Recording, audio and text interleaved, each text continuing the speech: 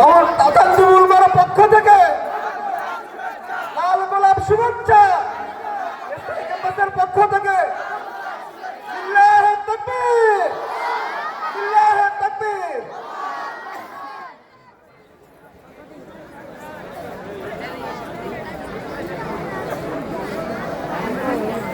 আসসালামু আলাইকুম। ওয়ালাইকুম আসসালাম। কেমন আছেন সবাই? আমি প্রথমে ক্ষমা চেয়ে নিচ্ছি। আসলে চমৎকার গান শুনছিলাম, রোকন ভাইয়ের গান শোনার পর আমি নিজেও বাসা হারিয়ে ফেলেছি, কিন্তু সে মাঝখানে আমি ইন্টারফেয়ার করছি, এই জন্য আমি ক্ষমা চেয়ে নিচ্ছি। প্রথম কথা হচ্ছে আমার প্রোগ্রামে আসতে আমি লেট করেছি, মানে সঙ্গত কারণেই লেট হয়েছে। আমি চ্যানেল 24 একটা প্রোগ্রাম ছিল, প্রোগ্রামটা শেষ করে আমি রওনা দিয়েছি। আসতে দীর্ঘ প্রায় 1 ঘন্টা 45 মিনিট লাগছে। আবার 11টায় আমার স্টার নিউজে আরেকটা টক শো আছে, সব মিলে এই জন্য টাইম বিপর্যয়। এই জন্য আমি আপনাদের কাছে ক্ষমা চেয়ে নিচ্ছি। আর বড় কথা হচ্ছে পোলাও খাওয়ার পর পান্তা ভাত খাইতে মজা লাগার কথা না, কি বলেন?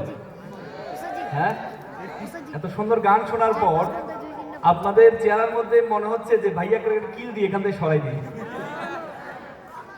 হ্যাঁ, এই আলোটা একটু বেশি আসছে, একটু একটু কন্ট্রোল করা যায় কি? একবারে বন্ধ করার তো সুযোগ নেই, একটু এটা ঠিক আছে, এটা একটু বেশি।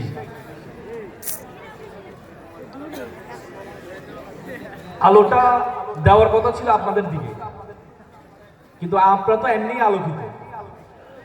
যার আলো নেই, যেমন চাঁদ সূর্য থেকে আলো নেয় নাকি? চাঁদ কোথা থেকে আলো নেয়? সূর্য থেকে নেয়। তো সূর্য কি আলোর প্রয়োজন আছে? আপনারা এক একটা সূর্য, আর আমি হচ্ছে চাঁদ। আপনারা যদি আলো না দেন বা এই দিক থেকে যদি আলো না আসে, তাহলে আমি আলোকিত হওয়ার কোনো সুযোগ নেই। এই জন্য আমার দিকে আলো দেওয়া হয়েছে। খাওয়া দাওয়া হয়েছে না নাকি? হ্যাঁ, মানে খাওয়া দাওয়া হয়েছে? হ্যাঁ না? তাহলে খুব কঠিন। পৃথিবীর সবচেয়ে কঠিন কাজ হচ্ছে খালি পেটে কথা বলা। কারণ আবার আমাকে বলা হলো, এক হচ্ছে খালি পেট, বলে যে hungry man is angry man, ক্ষুধার্ত মানুষ খুব রেগে থাকে। সুকান্ত ভট্টাচার্য বলেছে যে ক্ষুধার রাজ্যে পৃথিবী গদ্যময়, পূর্ণিমার চাঁদ যেন জলসানো রুটি। ক্ষুধা লাগলে চাঁদকেও রুটি মনে হয়।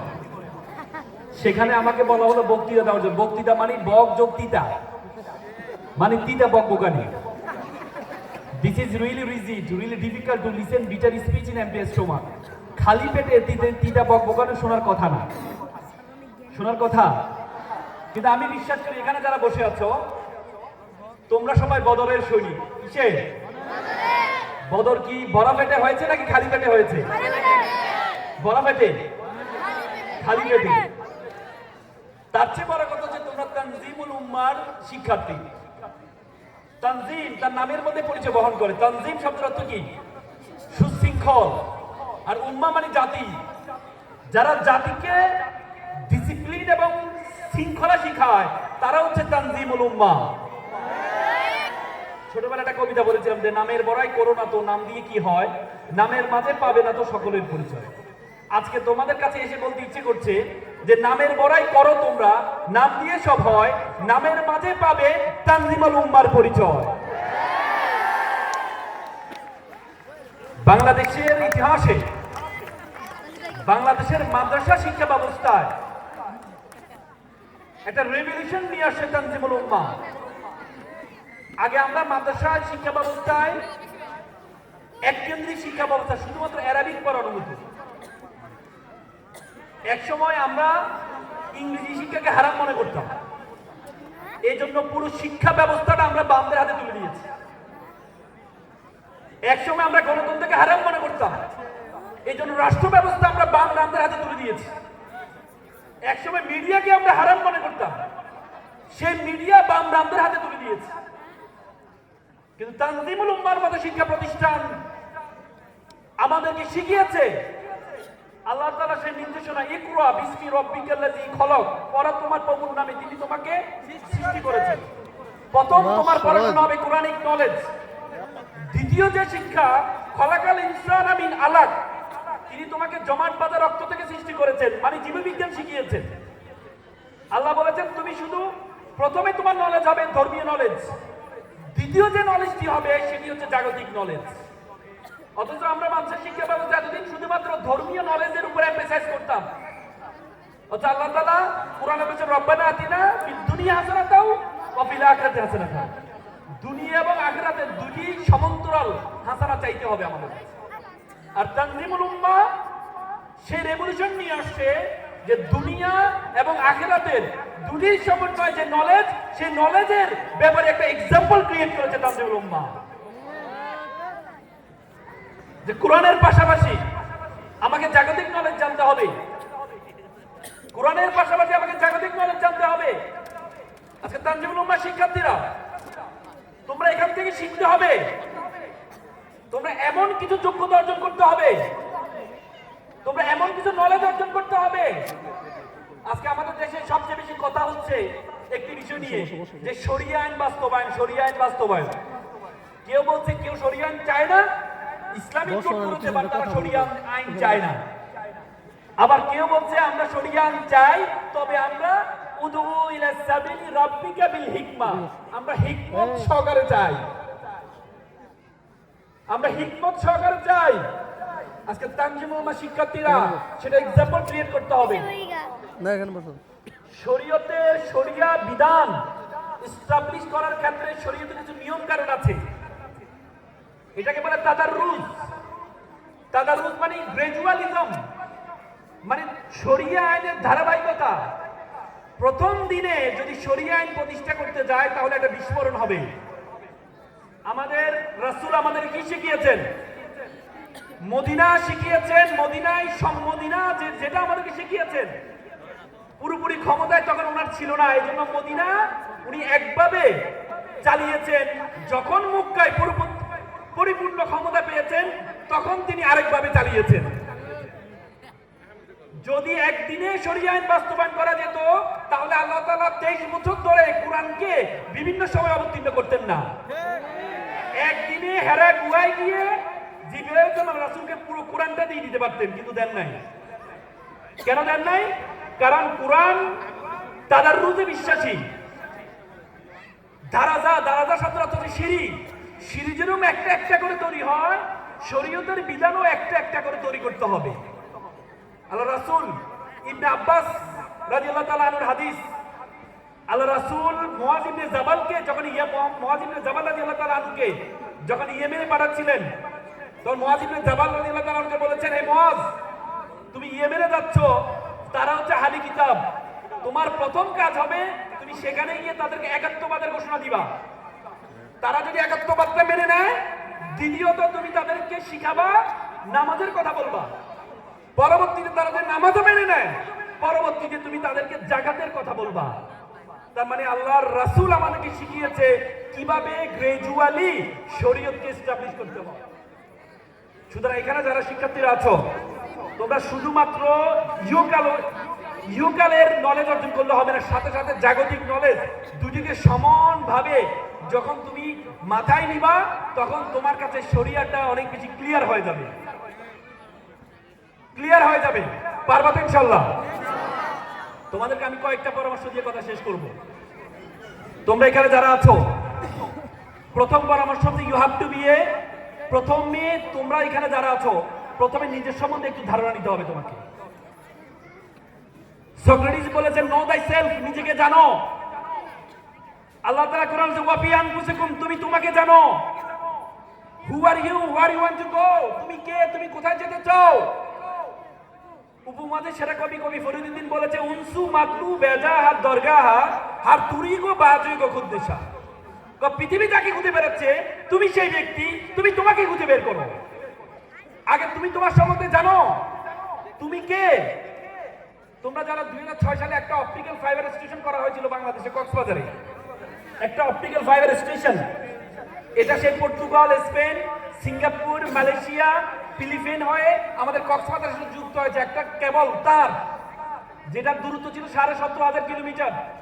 সে অপটিক্যাল ফাইবার কেবলের কারণে আজকে পুরো পৃথিবীটা আমাদের হাতের মধ্যে চলে আসছে। আজকে আমেরিকা কি কি হচ্ছে আমরা এখান থেকে দেখতে পাচ্ছি। আজকে এখানে কি হচ্ছে আমেরিকা থেকে দেখতে পাচ্ছি, শুধুমাত্র অপটিক্যাল ফাইবার কেবলের কারণে। মেডিকেল সায়েন্স বলে আমাদের মাথায় 2 কোটি নার্ভ আছে, 2 কোটি তার আছে। বলাকে একটা তারকে আরেকটা তারের সাথে যদি যুক্ত করা হয় তাহলে 2 লক্ষ কিলোমিটার হবে এটার দূরত্ব। মাত্র 17,000 কিলোমিটার দিয়ে পুরো পৃথিবীটা আমাদের হাতের মধ্যে চলে আসছে। তাহলে 2 লক্ষ কিলোমিটার দিয়ে পুরো বিশ্ব জগৎ তোমার হাতের মুঠের মধ্যে চলে আসবে। ধারণা আছে বিশ্ব জগৎ সম্বন্ধে? এই পৃথিবীর আয়তন কত বলো তো? এই পৃথিবীর আয়তন কত? 52 কোটি বর্গ কিলোমিটার। ও যে 1,47,000, তোমারটাও ঠিক, তো বাংলাদেশের 52 কোটি বর্গ কিলোমিটার। এই 52 কোটি বর্গ কিলোমিটারে 5টা মহাসাগর, 7টা মহাদেশ আছে। এই 52 কোটি বর্গ কিলোমিটারের পৃথিবীটাকে আমরা যে সূর্যটা দেখতে পাই, সূর্যের মধ্যে যদি ঢুকিয়ে দেওয়া হয় তাহলে 13 লক্ষ পৃথিবী ঢুকিয়ে দেওয়া সম্ভব। কত লক্ষ? 13 লক্ষ। সূর্য একটা নক্ষত্র। সূর্য কি? সূর্য কি নক্ষত্র। অথচ এমন একটা নক্ষত্র বিশ্ব জগতে আছে, এটার নাম হচ্ছে জুয়েল ব্যাটেল। জুয়েল ব্যাটেল যে নক্ষত্র, সেই নক্ষত্রের মধ্যে যে সূর্যকে ঢুকিয়ে দেওয়া হয় তাহলে 33 কোটি সূর্য ঢুকিয়ে দেওয়া সম্ভব। বুঝো না কথা? তার মানে এই পুরো বিশ্ব জগৎ, এই বিশ্ব জগতে আল্লাহ তাআলা তোমাকে বলেছে you are the noblest nation. Allah বলছে কুনতুম খায়রা উম্মাহ, you are the best nation, you are the noblest nation. বলছে বিশ্ব জগতে যা কিছু আছে সবকিছু আমি তোমার জন্য সৃষ্টি করেছি। হুয়াল্লাযী খলাকা লাকুম মা ফিল আরদি জামিআ, যা কিছু আছে সবকিছু আমি তোমার জন্য সৃষ্টি করেছি। আর তোমাকে আমি সৃষ্টি করেছি কিসের জন্য? ওয়া মা খলাকতুল জিন্না ওয়াল ইনসা ইল্লা লিয়াবুদুন। আর তোমাকে আমি সৃষ্টি করেছি শুধুমাত্র আমার ইবাদত। Each and everything created for you and you are created only for Almighty, only for Almighty. তোমাকে আমাকে সৃষ্টি করছে আল্লাহর ইবাদত করার জন্য। What is the meaning of ibadat? What is the meaning of worship? ওয়ার্শিপের সবচেয়ে আমরা যদি মনে করতাম শুধু নামাজ রোজা ইবাদত, নামাজ রোজা ইবাদত, কিন্তু তার চেয়ে আরো বড় ইবাদত হচ্ছে কি? জ্ঞান অর্জন করা। ইসলামের প্রথম স্লোগান ছিল ইকরা, পড়ো। ইসলামের প্রথম স্লোগান হচ্ছে পড়ো। আল্লাহ কোরআনে বলছে হাল ইয়াস্তাবিল লাযিনা ইয়ালামুনা ওয়াল লাযিনা লা ইয়ালামুন, who knows and who doesn't know all are not same. যারা জানে আর যারা জানে না তারা এক নয়। নামাজের কথা কোরআনে 82 বার আসছে, জ্ঞান অর্জন করার কথাও কোরআনে 82 বার আসছে। এটা কাকতালীয় নয়, এটা কাকতালীয় নয়। এজন্য আজকে যে তোমরা পড়াশোনা করছো, মনে রাখবা পড়াশোনাও বড় ধরনের ইবাদত। শুধুমাত্র নিয়তটা ঠিক রাখবা, শুধু নিয়তটা ঠিক রাখবা। তোমরা যে পড়াশোনা করছো এটা সবচেয়ে বড় ইবাদত, সবচেয়ে বড় ইবাদত। কারণ তুমি পড়াশোনা করলে তুমি জানতে পারবে বিশ্ব জগৎ সম্বন্ধে। আমরা ছোটবেলা শুনতাম যখন বলতো যে আমাদের ডান হাতে, আমাদের পুরো জীবনটা আমাদের ডান হাতে দেওয়া হবে। ছোটবেলা তখন মেমোরি কার্ড ছিল না। আমরা তখন ভাবতাম এত পুরো একটা জীবন, 70-80 বছরের একটা জীবন আমার হাতের মধ্যে কিভাবে দিবে। আমরা তখন অবাক হইতাম। এখন কি তোমরা অবাক হও? এখন অবাক হও। মেমোরি কার্ড আসার পরে আমরা বুঝতে পারছি একটা মেমোরি কার্ডের মধ্যে শত শত বছর একটা মেমোরি কার্ডের মধ্যে কি রাখা যায়। তার মানে আল্লাহ যে বলেছে 1500 বছর আগে তোমার আমলনামা আমি ডান হাতে দিব, তখন আমাদের কাছে অনেকেই নাস্তিকরা প্রশ্ন করেছে কিভাবে সম্ভব? এটা অসম্ভব, এটা অসম্ভব। ইসলামের সবচেয়ে বড়, ইসলাম বলেছে চাক্ষুষ সাক্ষী হচ্ছে পৃথিবীর সবচেয়ে বড় সাক্ষী। তখন নাস্তিকরা বলেছে, ভিডিওগ্রাফি যখন আসছে তখন নাস্তিকরা বলেছে চাক্ষুষ প্রমাণের চেয়ে তো ভিডিওগ্রাফি প্রমাণ আরো বেশি সাক্ষী। কারণ ভিডিওতে দেখা যাচ্ছে কে চুরি করছে, আর চাক্ষুষ সে তো মিথ্যেও বলতে পারে। তখন নাস্তিকরা বলেছে এটাই ঠিক, ভিডিওগ্রাফি আল্লাহ জানতো না ভিডিওগ্রাফিতে আসবে। কিন্তু এখন কি মনে হয়, এআই আসার পর আমরা বুঝতে পেরেছি যে আল্লাহ যে চাক্ষুষ প্রমাণকে বলেছে, কারণ এই ভিডিও এআই দিয়ে বানানো যায়। কারণ যিনি সৃষ্টি করেছেন তিনি তো জানেন এআই আসবেই। 1500 বছর আগে তিনি বলেছেন, তিনি জানে এআই আসবে একদিন। নাস্তিকদের এটা মিথ্যা প্রমাণিত হবে, যারা বলে ভিডিওগ্রাফির সবচেয়ে বড় প্রমাণ, এটা মিথ্যা প্রমাণিত হয়েছে। সৃষ্টি দৃষ্টি যার আইন চলবে তার, নিয়ম তার। তিনি জানেন কখন কি আসবে, তিনি জানেন কখন কি আসবে। এজন্য তোমাকে নলেজ অর্জন করতে হবে। তুমি যদি নলেজ অর্জন করতে না পারো তাহলে তুমি কখনো মোকাবেলা করতে পারবা না, নাস্তিকদের মোকাবেলা করতে পারবা না। আমি মনে করি তানজিমুল উম্মাহ তোমাদেরকে সেই ব্যক্তি তৈরি করতে হবে যে শুধুমাত্র কোরআন হাদিসের নলেজের সাথে সাথে তার মধ্যে নলেজ থাকবে, জাগতিক নলেজ, সব ধরনের নলেজ তার মধ্যে থাকবে। পারবা তো ইনশাআল্লাহ? আমি ইকবাল ভাইকে একটু আগে বলছিলাম, আপনাদের তো বিশ্ববিদ্যালয়, প্রত্যেকে বিশ্ববিদ্যালয় হওয়ার পরে তাদের স্ট্রাকচার তৈরি করে, আর আপনাদের স্ট্রাকচার তৈরি আছে, শুধু বিশ্ববিদ্যালয় ঘোষণা হওয়া দরকার। কি বলেন? আমরা কি বলতে পারি তানজিমুল উম্মাহর চেয়ারম্যান ইকবাল স্যার বিশ্ববিদ্যালয় আমরা চাই? বলো, তানজিমুল উম্মাহর ইকবাল স্যার বিশ্ববিদ্যালয় আমরা চাই। সুতরাং এই নতুন বাংলাদেশের তানজিমুল উম্মাহর মতো প্রতিষ্ঠানে যদি বিশ্ববিদ্যালয় না থাকে তাহলে তানজিমুল উম্মাহ বৈষম্য, শুধুমাত্র যার যে যোগ্যতা তাকে সেটা না দেওয়াও এক ধরনের বৈষম্য। শুধুমাত্র ঠকানো বৈষম্য না, কেউ তার যোগ্যতা আছে তাকে তাকে দিলেন না, সেটাও বৈষম্য। সেটা সবচেয়ে বড় বৈষম্য। আজকে এখানে যারা শিক্ষার্থী আছো, তোমাদের প্রথম যে গুণটা অর্জন করতে, you have to be exceptional. তোমাকে ব্যতিক্রম হইতে হবে। আগে বলা হয়তো নলেজ ইজ পাওয়ার, এখন বলে knowledge is powerless without skill. দক্ষতা বিহীন নলেজের কোনো ভ্যালু নেই। আগে বলতো it's time for GK, general knowledge, এখন বলে it's not time for GK, it's time for SK, special knowledge. 2000 সালে তুমি গুড হইলে হইতো, 2010 সালে তুমি বেটার হইলে হইতো, আর 2026 সালে তোমাকে বেস্ট হইতে হবে। তুমি যদি, তোমাকে এমন একটা গুণ অর্জন করতে হবে যেটা 10 জন থেকে তোমাকে পার্থক্য করবে। মনে রাখবা, যে সব জানে তার কোনো খাওয়া নেই, যে একটা জিনিস ভালো করে জানে তার খাওয়া বেশি। প্রাইমারি স্কুলের শিক্ষক সব সাবজেক্ট পড়ায়, বেতন পায় 20,000। একটা কলেজের শিক্ষক একটা সাবজেক্ট পড়ায়, বেতন পায় 50,000। তার মানে মনে রাখবা, এখন যোগ হচ্ছে তোমাকে যে কোনো একটা বিষয় স্পেশাল হইতে হবে, যে কোনো একটা বিষয় স্পেশাল হইতে হবে। যদি না পারো, মনে রাখবা, তুমি যদি ব্যর্থ হও পুরো পৃথিবীর সাথে তোমাকে অ্যাডজাস্ট হতে হবে, আর তুমি যদি সফল হও পুরো পৃথিবী তোমার সাথে অ্যাডজাস্ট করবে। ব্যর্থ হইলে সুটেড বুটেড মানুষের কাছে একটা পরিহাস, আর সফল হলে ছেঁড়া পাঞ্জাবি একটা ইতিহাস হবে। সিংহাসন দরকার নাই, সিংহাসন চাইবে না, সিংহ হও, যেখানে বসবা সেটাই সিংহাসন হয়ে যাবে। তোমাদের মাদ্রাসা শিক্ষার্থীদের মধ্যে একটা সবসময় একটা মানসিকতা যে আমি হুজুর, আমার মানুষ হুজুর বলে, এই জন্য মাদ্রাসা পড়তে ইচ্ছা করে। আমাকে বাচ্চারা বলে, কয় শুধু মাদ্রাসা পড়তে ইচ্ছে করে, শুধু মানুষ হুজুর বলে। আরে হুজুর, হু ওয়াজ দ্য হুজুর? হু ওয়াজ দ্য ফার্স্ট হুজুর in the history of the world? পৃথিবীর সেরা মানব তিনি ছিলেন হুজুর, আর তুমি মন খারাপ করো। মাদ্রাসা মানে জানো, মিম মানে মিন ফর মক্কা এন্ড মদিনা, দাল ফর দার্স শিক্ষা, রা ফর রহমত, সিন ফর সাকিনা। যে নলেজের মধ্যে, যে নলেজটা কুরআন, মক্কা এবং মদিনার নলেজ, যে নলেজের মধ্যে রহমত এবং সাকিনা আছে, সেটাই হচ্ছে মাদ্রাসার নলেজ। আর তোমরা মন খারাপ করো,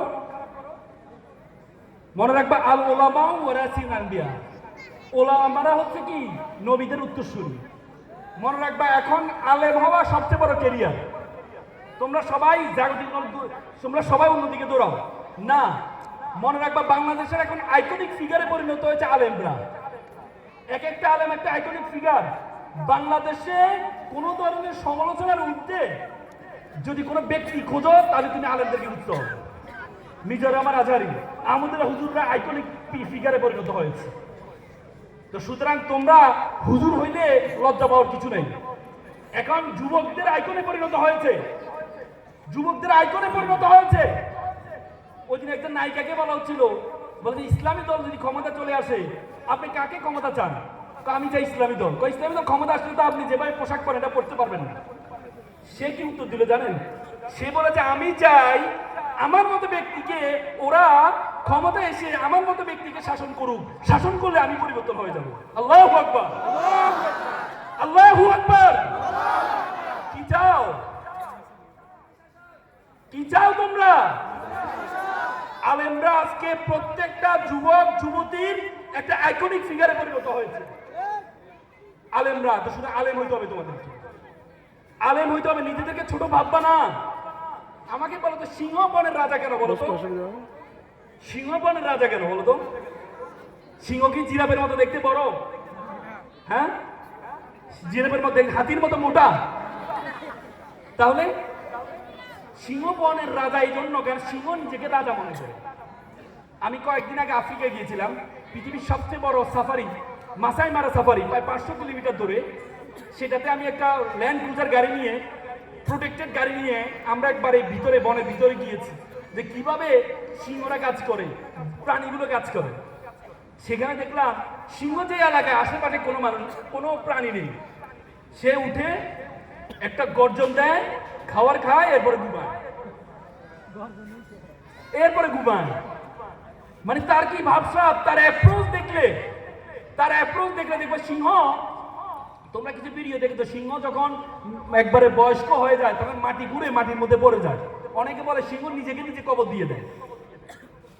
কারণ হচ্ছে সে হচ্ছে যখন শক্তি কমে যায় তখন সে খাবার খুঁজে পায়, তখন সে মাটির নিচ থেকে খাবার নিতে চায়, যে ছোট ছোট প্রাণীগুলো আছে খাবার নিতে চায়, গর্ত খুঁড়তে থাকে, কারণ সে তো আর মুভ করতে পারে না। গর্ত খুঁড়তে খুঁড়তে যখন প্রাণ নিতে গিয়ে গর্তের মধ্যে পড়ে পরবর্তী মারা যায়। অনেকে ভাবে যে সিংহ নিজেকে নিজে আত্মহত্যা দেয়। তার মানে সিংহ জীবনের শেষ পর্যন্ত সংগ্রাম করে যায়, নিজের জন্য সংগ্রাম করে, কারোর উপর ডিপেন্ডেবল হয় না, কারোর উপর নির্ভরশীল হয় না। এই জন্য সিংহ যদি নিজেকে বনের রাজা মনে করে, এই জন্য রাজা আলেমদেরকে নিজেকে রাজা ভাবতে হবে। আলেমরা কেন বড় বড় নেতাদের কাছে যাবে? বড় বড় নেতারা আলেমদের কাছে আসতে হবে। কি রে ভাই, কি সমাজ? মানুষের কাছে কেন এমপি হতে যেতে হবে আমাকে? আলেমদের কাছে বড় বড় রাজনৈতিক নেতারা আসতে হবে। আর যে কোনো আলেম তাদের কাছে যায়, মনে করতে হবে সমস্যা আছে, যাবেন না, আপনাদের কাছে আসতে হবে, আপনাদেরকে আসতে হবে।